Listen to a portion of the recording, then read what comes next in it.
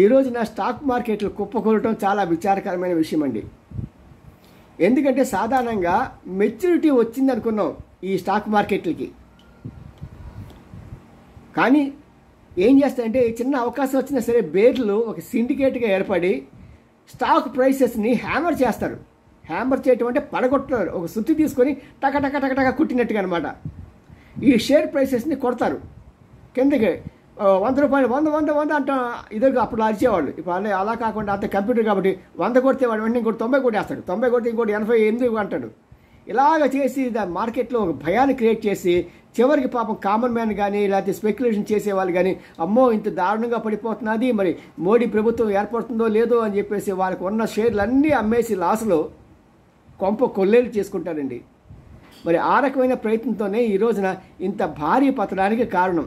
దీంట్లో ఫండమెంటల్స్ కానీ ఏమీ లేవండి, కేవలం బేర్స్ హ్యామరింగ్. జాగ్రత్తగా ఉండండి.